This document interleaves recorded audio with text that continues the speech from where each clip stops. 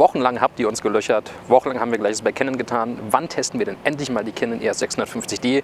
Hier ist sie nun ganz frisch angekommen, vor 2 Tagen per Expresspost. Wir wollen euch zeigen, was ist im Vergleich zur 550D, 600D besser geworden, was vielleicht auch schlechter und was hat es mit der revolutionären Touch-Display-Steuerung auf sich.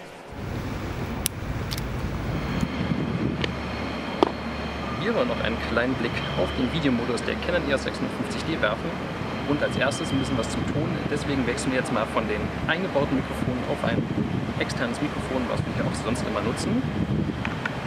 So, kurz. Die Tonqualität ist, soweit ich das beurteilen kann, wesentlich besser. Natürlich mit einem externen Mikrofon. Kommt natürlich immer darauf an, was ihr nutzt.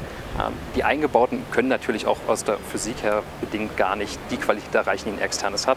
Gerade was Windgeräusche angeht oder ein paar Geräusche von der Kamera aus. Dementsprechend, wenn ihr wirklich viel filmen wollt, so ein externes Mikrofon ist eigentlich ein Must-Have, wenn man so möchte.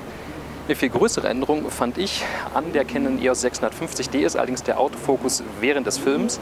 Der ist jetzt auch kontinuierlich möglich und ihr seht, wenn ich jetzt ein bisschen aus dem Fokus rausgehe, dass die Kamera auch relativ weich probiert nachzufokussieren. Sie trifft den Fokus leider nicht immer wirklich sofort, manchmal pumpt sie noch ein bisschen, aber im Vergleich zum Beispiel zur Canon EOS 600D, die sowas eigentlich überhaupt nicht konnte, oder den Nikon-Kameras D3200, 5100, pumpt es doch schon wesentlich weniger. Um es kurz zu machen, wenn ihr professionell filmen wollt, nutzt weiter den manuellen Fokus. Der kommt einfach kein Autofokus ran. Das ist bei DSLRs auch einfach aufgrund der geringen Tiefenschärfe bedingt. Wenn ihr allerdings nur zu Hause so ein paar Unboxing-Videos machen wollt oder euch gerne vor die Kamera stellt für ein YouTube-Video, dann könnt ihr die EOS 650D eigentlich auch schon dafür ganz gut nutzen, weil ich sage mal, er ist so für den alltäglichen Gebrauch gar nicht mal schlecht. In dem Sinne, 650D Videomodus, großes Plus zum Vorgänger.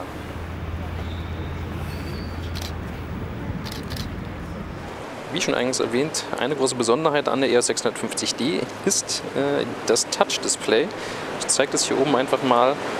Ist eigentlich ziemlich reaktiv in der Geschichte. Was mir nicht ganz so gut gefallen hat, man hätte zum Beispiel hier im Menü einfach diese Knöpfe oben größer machen müssen. Man kann es auch mit relativ großen Fingern noch sicher erreichen, aber es wäre halt einfach schöner, wenn die so doppelt so groß, sagen wir mal diese Icons hier. Das würde es doch wesentlich einfacher machen. Man kann die Touch-Steuerung auch deaktivieren, aber so an und für sich ist es sehr reaktiv. Auch hier im Quickset-Menü finde ich es noch wesentlich besser gelöst. Hier sind wirklich die Flächen schon größer, wo man rauf kann. Auch komplexe Einstellungen, wie zum Beispiel hier bei der Belichtung, einfach mal ein bisschen über- oder unterbelichten. Belichtungsreihen lassen sich damit wirklich sehr schnell einstellen. Ich denke mal, die Profis oder Semi-Profis unter uns werden weiterhin lieber auf die Knöpfe oben zurückgreifen. So für den Einsteiger oder auch mal, wenn man ganz schnell was ändern möchte, ohne sich durch irgendwelche Menüs navigieren zu wollen, ist es eine super Variante, finde ich. Ihr habt eigentlich alles, besonders dank der Quickset-Funktion, wirklich direkt im Blick und könnt das sofort einstellen. Was natürlich auch noch geht, ist, wenn man sich hier mal die Bildvorschau anguckt, das sogenannte Pinch-to-Zoom, das heißt rein- und rauszoomen, auch hier mit bewegen, das fand ich dann wirklich gut. Also hier lohnt sich dann so ein Touch-Display echt, da kann man ziemlich schnell das machen. Ihr könnt euch natürlich auch einfach, wenn ihr den komplett rauszoomt, durch die verschiedenen Bilder navigieren, die ihr dann aufgenommen habt oder auch Videos und könnt ihr dann mit einem schnellen Klick da drauf, das hat den Canon auch so gemacht, hier natürlich wieder abspielen. Also von der Warte her muss ich sagen, eigentlich ziemlich gut. Ein großes Problem bei Touch-Displays ist immer wieder, sie werden wahnsinnig schnell fettig, wenn man darauf rumhantiert. Was da ganz gut ist, ist hier Entech Cleaning Solutions, kann ich euch zumindest sagen. So ein Spray, einfach mal so ein Sprüher da drauf. Gibt auch ein mitgeliefertes Mikrofasertuch, wie man hier sehen kann. Das Ganze dann einfach kurz abwischen und damit kriegt ihr eigentlich Fettabdrücke von egal welchen glänzenden Oberflächen, also könntest du hier fürs Fenster nehmen, ziemlich gut weg. Ich denke, man sieht man jetzt hier auch ganz gut, also das ist eigentlich wieder perfekt sauber.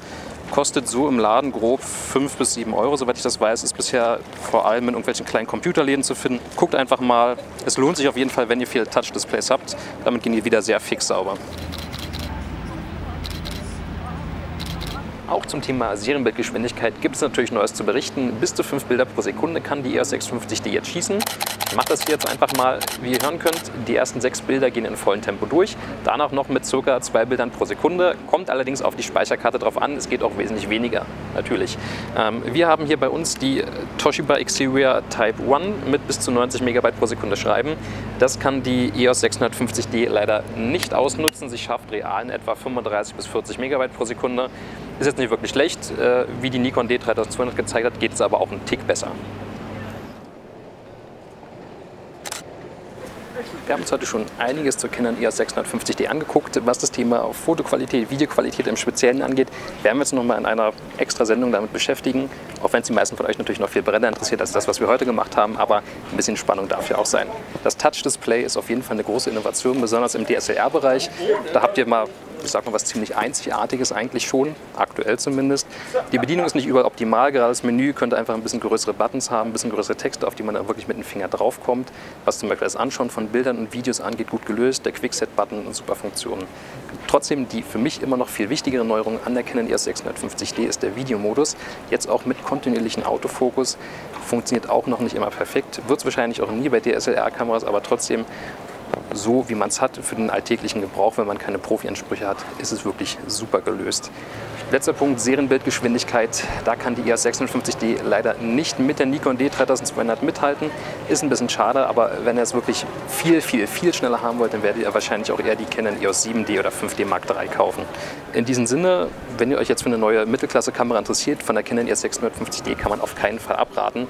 Ganz im Gegenteil, sie ist sogar ziemlich gut, ein sehr rundes Produkt. Und ich würde sagen, wenn man sich die 550D und 600D anguckt, eigentlich eine ziemlich konsequente Weiterentwicklung mit vielen neuen netten Funktionen. Und ich würde sagen, 2012, 2013 ready. Bereit? Nein. Und los geht's. Warte, noch nicht. Nochmal zurück.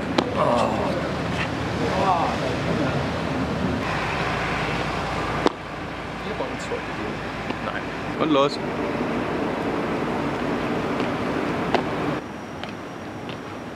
Steht für Stepping-Motor.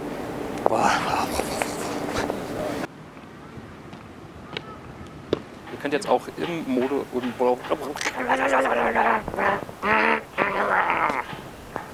Man angedacht, einfach weiter zu reden.